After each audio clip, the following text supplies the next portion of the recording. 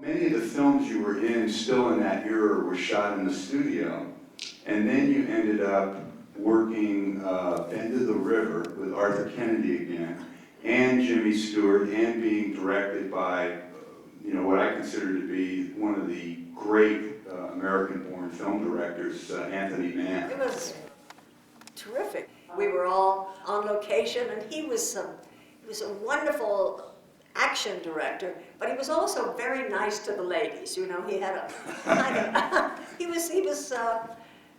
was wonderful to work with him, really, it was a tough location in certain ways because we shot up on Canada or up in North? Yes, it was in Canada, and we shot up on the side of a glacier. There's one place where you see the wagon crossing, and we were really up there, and the wagon was slipping and so on. And then there was one scene where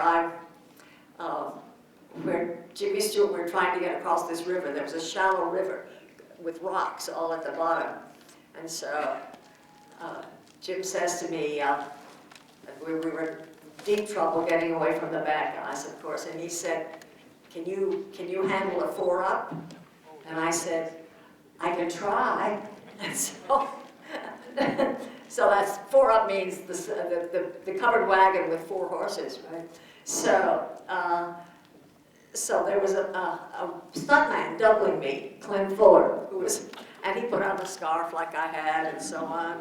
And so okay, now they say action, and this is me, little me who's just said I can try. And from under the seat of the wagon came this 40-foot whip, and he went crack. and Tony Mann said, "Where did he get that whip?" And he came out and he said, "What are you doing, Clem?" Clem says, "I was just trying to make her look good, So he had to do it over again. That's great. There were lots of it, and of course, when you're on location like that, you all become very close because you have dinner and so on together, and it was wonderful to work with these wonderful Speaking about actors. iconic, Jimmy Stewart, I don't think there's any leading man in American film who was more iconic than Stewart was and is. It was very, very special to work with him, always. He was just, he was great, just as he is on the screen. That's the kind of man he was in person. Those wonderful guys he played, that's the way Jimmy Stewart really was. And he was, such a wonderful actor. I always learned so much from working with him. And then, of course, Arthur Kennedy. Yes. Yes. And so Rock Hudson and Laurie Nelson and I were kind of the kids on the block, so to speak. You were the kids. Right. Yeah. It was great. It was great.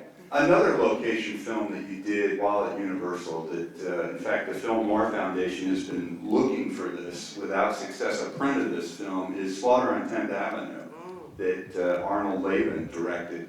Now, what do you remember from that? You were, I think, Richard Egan's wife. You were always married. That's right. Oh, yes, I was playing those. Those married ladies. Married ladies. No, it was. I enjoyed that film. I loved all the movies I worked in. I guess I just like to work. Right. Also, there was an exciting thing about that picture because I had not known the work of Walter Matthau, and suddenly there was this actor he had all this wonderful business that he had concocted and so on. So I went over to watch this scene. So I had never seen Walter Matthau's work before. So there were all these wonderful things in there, that were part of the contract player and of playing it. And Matthau played the heavy Egan. in that. And Richard Egan was great, but Matthau was the heavy. I remember he had this great scene where he's eating Chinese food with plum sauce, and he's commenting on the food and he's eating it while he's threatening Richard Egan, and it's very distinctive. It's a juicy scene, very juicy. Yeah, very juicy. And of course, we'd be remiss if we didn't talk about Creature from the Black Lagoon, which has endured. We mustn't be remiss. We cannot be remiss. Creature of the Black Lagoon really has taken on, you know, iconic, cultural, permanent status, and it's wild. I mean, what do you think about all? You get invited to all these festivals. Oh, and yes, all this yes. stuff. I've had some wonderful times. Yeah. They had a festival down at Wakulla Springs where all the underwater scenes were shot, and that's a great, great place. If any of you ever get a chance to go, please do. Because they've got funny little boats that take you around, and there are alligators there, and No Gilman. no. But the Creature from the Black Lagoon, I hadn't seen it for a long time. I saw it about 6 months ago. He's not that bad of a monster. He's just looking for love in all the wrong places and looking for you, right? I mean, it's that kind seems of to be it, right? He's kind of a benevolent monster, I guess. Oh, yes. Well, when at one of the convention things where we were, there was a man who came up and said he had two little girls with him. I think, I don't know if they were twins or a little slightly different in age. And he said they play creature in the bathtub. You know, so now, you see, the kids are not scared anymore. You know, they've seen so many more things that are scarier.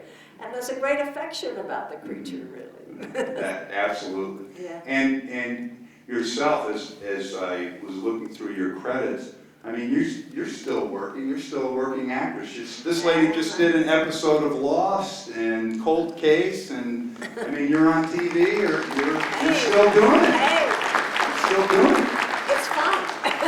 It's good. The phone is still ringing. Yeah, right. Wonderful. Make believe. We get to keep making believe, and Yeah. that's fun. Mhm. Well, I think we have time for a couple questions. Does anyone have a question they'd like to ask Julie?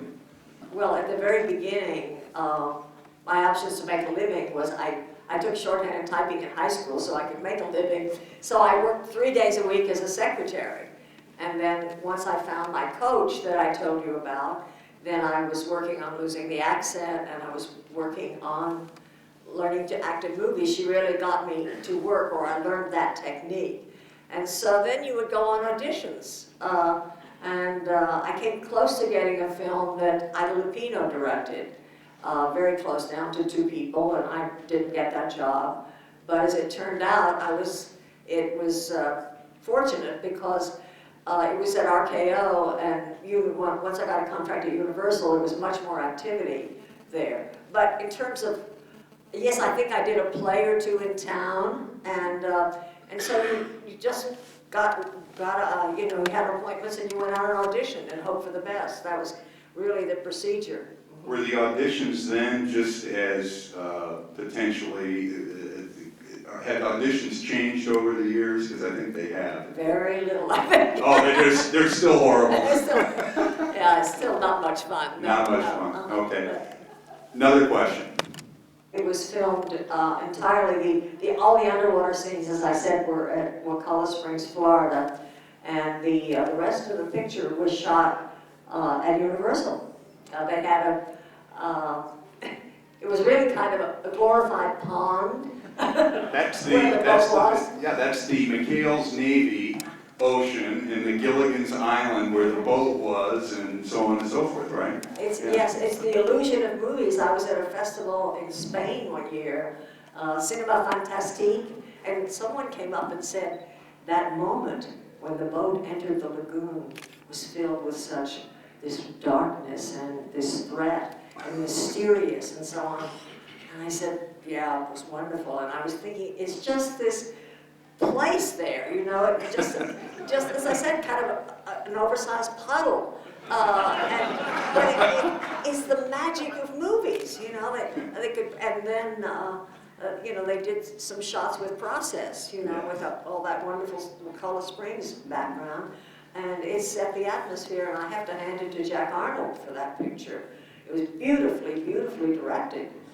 Because when you think of most pictures like that, in quote horror pictures, the people are kind of all in a line talking and so on. And just on that little boat, he found so many ways to make it interesting and have movement. And he was a wonderful director. Yeah, Jack Arnold really specialized in those sci-fi films, The Creature, Tarantula, The Incredible Shrinking Man. I mean, it was really his métier. Oh, yes. Yeah, very And good. he did it so well, so Yeah. well. Mhm. Right there. Did you do any TV westerns with my dad? Yes, this is from Jan Pepney. Did you do any TV work with her dad? No, I can't say I did. I would have loved it, but maybe there just was not a part, you know, that was just right. But I loved working with him. As I said, I got to work with him in 2 movies, this one and Away All Boats. He was a charmer and a wonderful director. Yes, he was, and his work endures, and it endured for this first film, and in about 10 minutes, we're going to see Nocturne. But first, Julie, I want to thank you for coming. You're Oh. special. Oh. It's great. Thank you for sharing the evening with us. Thank you so much. Let's hear it for Julie Adams.